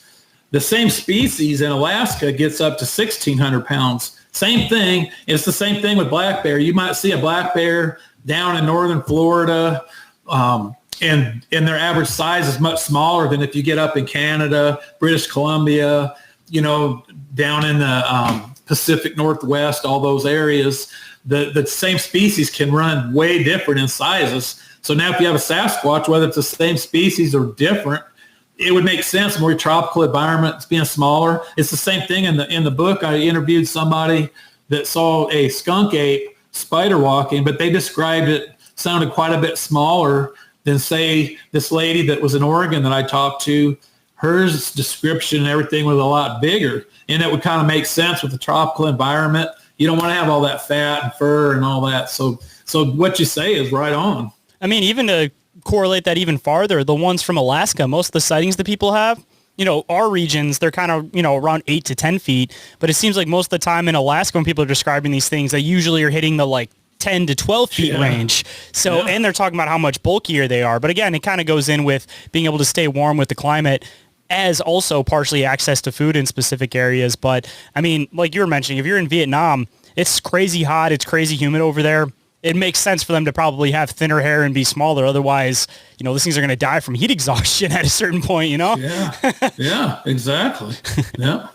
But just out of curiosity, for anybody that might be wanting to check out this future book, and we'll definitely have to tell them where to find your book that's already out, but do you have like a time range on when you think that it might be accessible or people are going to buy a copy of it?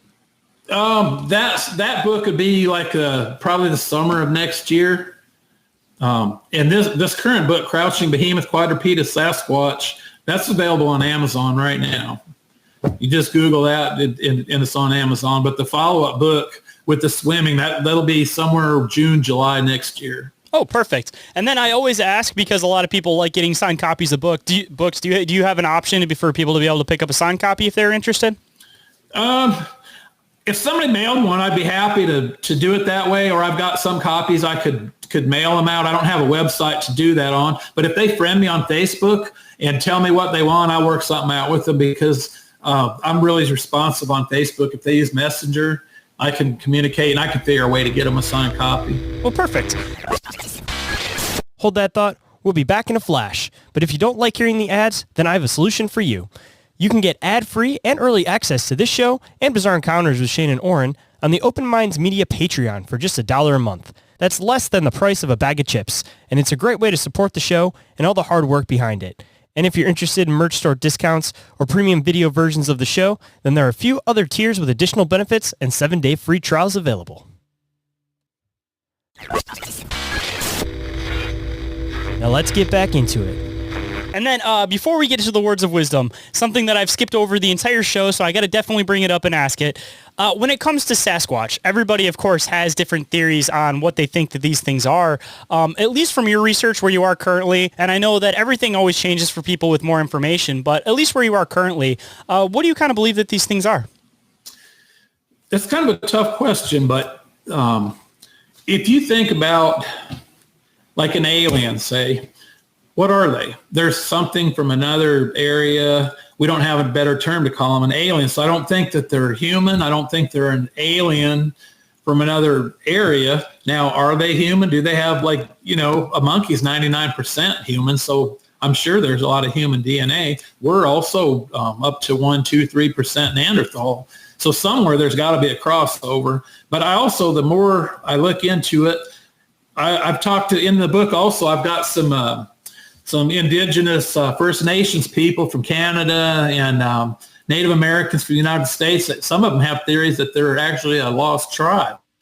So I think somewhere, I don't subscribe that they're necessarily human. I don't put them in a category of animal. I put them in a different category, which I don't know what you would call it. Somewhere, I think that, put it this way, I think that if you killed one and was able to produce the body, you'd make $1 million. But I think the second one to do one would probably get put in jail. I think they'll find out they're that close to human. So that kind of tells you they're close to human. And I also think it would be unethical to kill like a chimpanzee. They're fairly close to us, but I think they're close enough to humans that they have a lot of our intellectual abilities. Animals do have intellectual abilities to a degree, but I think these, in that respect, are closer to human because I think that they use a bigger percentage of their brain than most animals would. And I think they probably use as much, if not more, percentage of their brain than we do. Their brains just form differently where they're survivalists, and that's what all their energy and time is put to. And I think they're far superior than we are in that. So I can't really say they're human. I can't really say they're animal. I would compare it to like an alien. What is it? It's another species, but I don't have a name for it. See, you're exactly where I've been at with this for a little bit now. And of course, like, I'm always interested in entertaining like the woo aspects of things. I'm definitely fascinated to it, and I definitely think that there's something to it. I'm never going to, discourage anybody's experience or anything like that or belief system on it, but I'm kind of with you on the aspect that, I've talked to a lot of people that are kind of describing it from the native perspective, and they do talk about this like lost tribe aspect. And even with their descriptions, they talk about how you mentioned earlier in the show that I wanted to bring up, that they don't have this like bearded face. It's closer to like the Native American, like facial hair kind of complexion, where it's kind of like a line that usually goes around the outside and there's not usually much on the face. Mm-hmm. I think that they are something that is an intelligent, humanoid type being, kind of like you were describing. Like, they're not a human, they're not an alien, they're kind of this other thing that exists. But I think that a lot of the woo-woo aspect to them is just a matter of people not understanding some of these abilities that might be a little bit more natural than we think that they are. Like, being able to actively change color for camouflage sounds like something that's woo-woo and out there, but as soon as you understand that here's an animal that has that, such as an octopus, then all of a sudden it becomes understandable. There's a lot of different specific niches that animals and creatures have filled that you only see in one animal or one place in nature. And I think that there's a lot of that with these Sasquatch beings, that it's not that they're necessarily these interdimensional beings, but just they have these things, these abilities that are only seen specifically in them in nature. And they're things that we don't understand yet, that with more of a scientific understanding, we're going to realize that they're not necessarily like woo-woo at all. But like you mentioned, I think it'll be one of those things that somebody shoots the first one and they might get away with it for research, but the second one, that's going to be a person that ends up in jail because, like you mentioned, they're going to be a lot closer to people than they realized.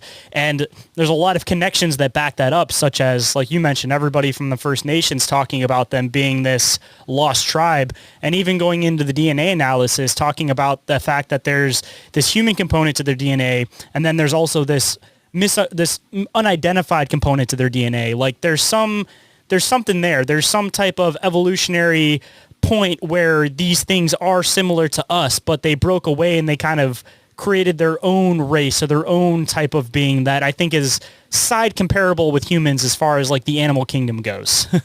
So they're not like an animal, but they're like a side tangent from us that evolved differently or adapted differently rather. Exactly. Yeah.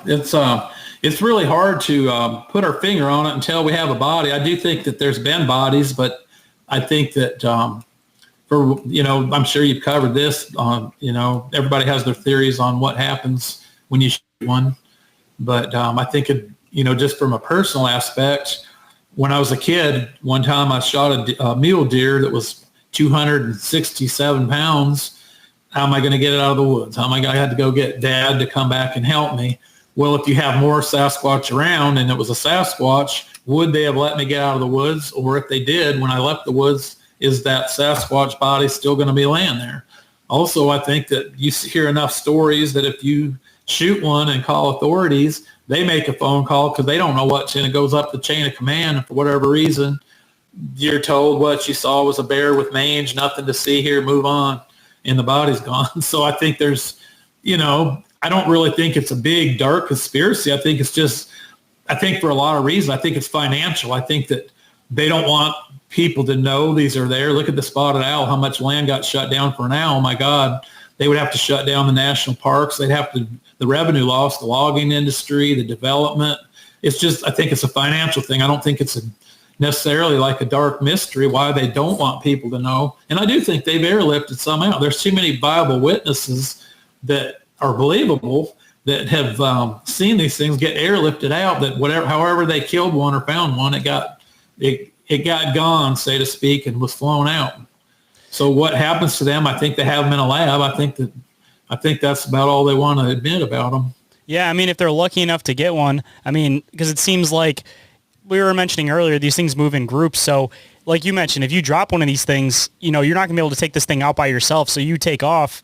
If there's ones that are around, they might just take it and do whatever their burial ceremony is or burning ceremony. Like, assumably, I think that they probably put these things in like a cave or they bury them or something like that. But I don't think that if there is an intelligence factor to these things, which there clearly is, there's no way that they're just going to leave a body and drop it. Like, it seems like if they're smart enough to hide themselves, they're going to hide the body off that. If they have any type of emotional intelligence, which I can guarantee you they do, then I feel like they're going to have sentimental value to these other things. Like, you see this in nature anyways, where, like, for example, like a dog will get hit by a car and then another dog that was close to that dog won't leave that side of the road until it tries to get that dog out of the road or tries to get somebody to help it. Like, if you're already seeing this with less complex intelligence factors of other animals, why would it not be the same for these things? Like, no doubt in my mind, I think that the reason why you never find carcasses for these things is because they deal with them the same way as a human would if they had a fallen relative or a fallen family member. Like, they're not just going to leave it there. They're going to do something to it and try to,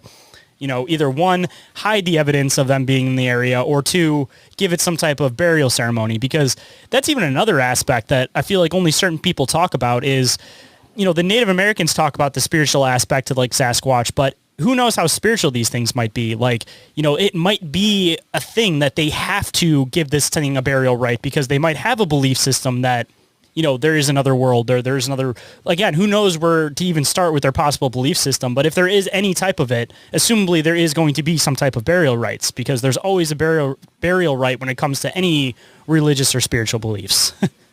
Yeah, you're exactly right.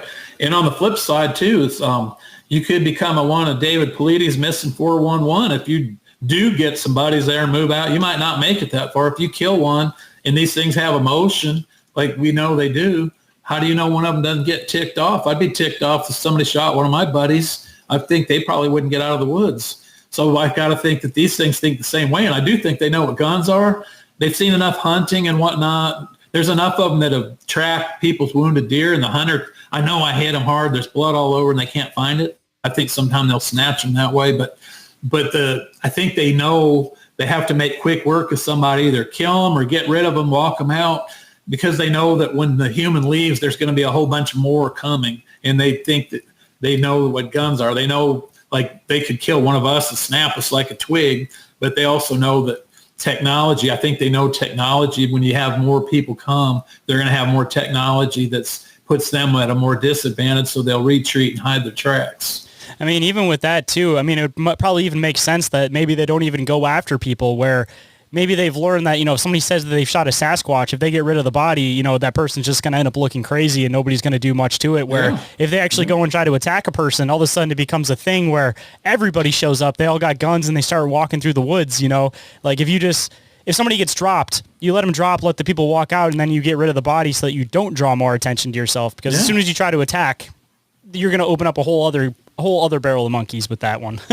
It's like the old cowboy movies. They know what a posse is. Once the posse comes, it's all hell's breaking loose. Yep. you hide in the distance. As soon as they leave, then you deal with the problem. Yeah. You go down on all fours, hide, let them walk by, and then move the other way. Scoot them out real quick. Yeah. I mean, that might even be a component too. I mean, you drop one of these things. I mean, I wonder how many people, if you were in that high moment of fear and you actually took a shot at these things, how many people are actually going to go up and check it out versus take the shot and just run off anyways?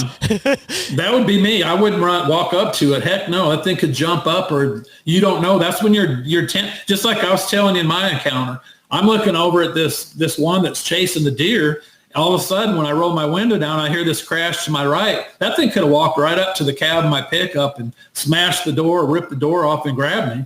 And my attention was diverted. So I think they're opportunists if they wanted to be. They could grab us if they needed to. Mm-hmm. Which, again, smart enough to not do that because they know it's just going to open up a whole other can of problems. So most of the time, they just rather avoid us, Unless they're dog man, they'll come after you. They don't care because they seem to just be off in another realm. Like they're in full of rage, kind of like demonic or something. Yeah, they're more primal. Yeah. It seems like Sasquatch is a lot more strategic about the way they do things. And that's why sometimes I do believe maybe they are a lost tribe, because they do seem to be so analytical and thoughtful. Like they think things out as what's going to cause the least amount of kickback on them. They seem to do things without, if they did something gory and tore somebody up, there's going to be tons of people in the woods looking for them. Which is a whole other thing when you start getting into the whole rogue Sasquatch phenomenon, but... Well, they probably could. They can have mental problems just like humans can, or they could have a rogue Sasquatch just like a human serial killer. Mm-hmm. Yep. And it probably happens. Oh, yeah, 100%. Like, I think that's what a lot of the sightings that people end up experiencing where they're a little bit more aggressive is these rogue Sasquatches. And it's just a matter of, are you catching them at a time where you're able to get away, or are you going to turn into a missing 411? Because assumably, if a rogue Sasquatch gets its hands on you, there's no more past that. Well, I think in Alaska, maybe they don't see humans as much, so they get more PO'd when they see one in their turf, where the ones like, I'm in Kentucky, I think they got to be more used to people being around. But it's just like when people say, British Columbia doesn't have as many sightings as, say, Kentucky or Ohio, but there's a lot fewer people there and there's a lot more dense woods there. I think the closer they live to humans, and there's more humans, they're more likely to be seen. I mean, let's be honest. So there's probably way more Bigfoots in British Columbia. There's just not as many people out there to see them. So their encounters are rare. There's probably Bigfoots there that don't see a couple of humans in their whole life. Where in Kentucky, I'm sure they probably see humans every day of their life, or at least, fairly often. And I mean, even matter of interaction too, because it seems like in Alaska, if you see something moving off in the distance, you're probably a lot more prone to shoot before investigating than you would be down in Kentucky, because up in Alaska, I've heard a bunch of people to mention, depending on the area you live in, the safest thing to do is to even bring a rifle with you when you go down to your mailbox, because you never know when a bear or something might pop up. So, down there, there's a lot less people taking chances, where in Kentucky and stuff, there's other hunters around, there's smaller animals, like people are more prone to investigate. So it's like up there, any interaction they have with a human, the first thing that the human is doing is shooting at them, versus over here, they kind of investigate. So you kind of have to take their interactions into consideration, that up there, they probably have less time to mess with humans because, they know that their first instinct is going to be to shoot first, ask questions later. That's a good point, Shane. Yeah, you're probably right about that. The interactions they do have are fewer, but when they are, they're usually more violent because they're going to shoot. They're probably more quickly to shoot. Yeah, that's a good point. And opportunistic hunters too, because I mean, it's like we were mentioning earlier, they seem like they're a lot bigger up there, so assumably they're going to need more of a food source. So, they take what they can get up there, where up down here it seems like they can be a little bit more choosy in what they're going to use as a food source. True. Yeah. But I agree with that. Stay tuned, guys. This is our last break. But if you enjoyed the show and you think I deserve it, then please leave a review or rating for this show on iTunes, Spotify, or any other podcatcher you happen to use. Your continued support is what makes this show possible, and your opinions go a long way to help the show grow and improve. So thank you. Now feel free to skip past these ads so we can get back to the show.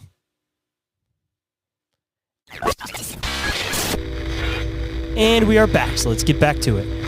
Starting to wrap up, I always like to end the show with some words of wisdom. So if there was any words of wisdom that you might want to bestow on the listeners today, be it people going out and squatching or other authors, what might it be? Well, a couple things come to mind. One of them is everybody hears about the wood knocking. Now, I don't say that they, so it's presumably, think about this. If you ever try to go out now, a Sasquatch, I'm sure, would be many, many, many more times stronger than me. But if you ever try to go grab a branch and make it knock and sound like that knock, most people that research, you'll see them use those little mini baseball bats to make that kind of knock and sound. So I'm not saying that they don't do that, but sometimes you'll hear one make a knock and then you'll hear another one answer back. I'm not so sure that it's not necessarily a knock as much as it could be a clicking of the tongue that... You can do that as with us, but now if my mouth was like 5 times bigger, some people say I got a Sasquatch size mouth, but that clicking that you can make, I think sometimes they'll do that because they don't have to look for something. I'm not saying they don't always, I think they do knock, but sometimes I think they make that where they push the tongue up behind their teeth and make that knocking sound. And it's easier then to answer back without, if you're answering back, you're caught off guard. Do you have a branch already in your hand, or are you this Bigfoot walking around with a branch waiting to answer back? So sometimes you might hear a loud tree knock, like bang, bang, bang, and then you hear one knock answer back. Sometimes I think that might be them using their tongue, because I don't think that answer back Sasquatch is probably carrying around a branch just handy, ready to, and sometimes the answer comes too quickly where it feels like, God, they got to have something else, other way to answer back that quickly. I've wondered if they do it with their hands sometimes too. Well, that could be too. If they got like dinner-sized palm hands, I mean, how hard is it for them just to smack a tree real quick too? Because that's a good point. I've never thought that they've actually hit these things with sticks, but I've always considered either one that they're tongue popping or they're smacking it with their palms. That's what I've always thought. It could be. Yeah, they could be doing both. Who knows? But that's a good point because their arms are the size of a tree branch. So, with those dinner plate sized hands or paws, bam, bam, that could be another. Some people even say their chest, but I would think they would hit a tree easier than their chest. But the other thing is too, I subscribe to I don't think that these Sasquatch sleep like 8 hours like we do. I think they sleep. There's a term for this, but where you sleep for like 4 hours, then you're awake 4 or 5 hours throughout the clock. I don't think they ever get like an 8 hour. For one thing, if you live in the wild, it's dangerous to sleep 8 straight hours. You don't know what can come upon you. Even as a Sasquatch, if you're laying down, you're a little bit more vulnerable. So I think that they take 4 hour interval sleeps. And I think sometimes that's what these knocking are. The other ones in the area, I think other ones stay awake with some sleep. So I think that sometimes they're like, hey, wake up. There's some greenhorn coming through the trail.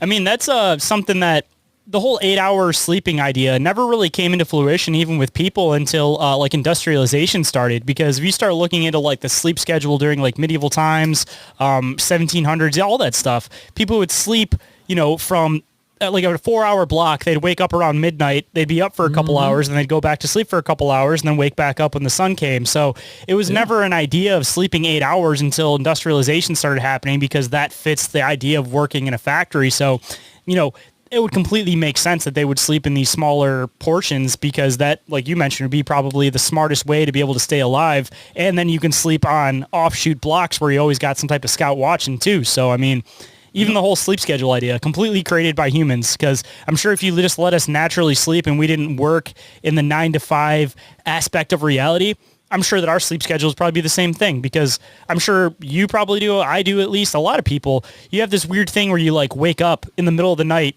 and you just kind of wake up, look around for a little bit, and you go back to sleep. You know, maybe there's a lot more of a natural component to that than we're giving credit for it, you know? Because almost every night around 3, 4 o'clock, I wake up, and it's without an alarm clock, nothing. Like, maybe it's, again, a little bit more natural than we think it is. Well, you gave me an idea. Maybe over the next month, I might try to do that, 4 on, 4 off, and see how that works. You might feel like you're getting something done and get a little bit of peace, though. It's always nice to be up in the middle of the night, especially if you're in a cabin at the moment. You might as well enjoy some of the nighttime atmosphere, especially I'm sure you got some really pretty stars and stuff out there, and you see the best ones in the middle of the night. So Definitely. Yeah, you could go, if you think about it, if you're 4 hours sleep and 4 awake, you're going to have more opportunity of different kind of food. There's some animals are nocturnal. Some are easier to catch in the daytime.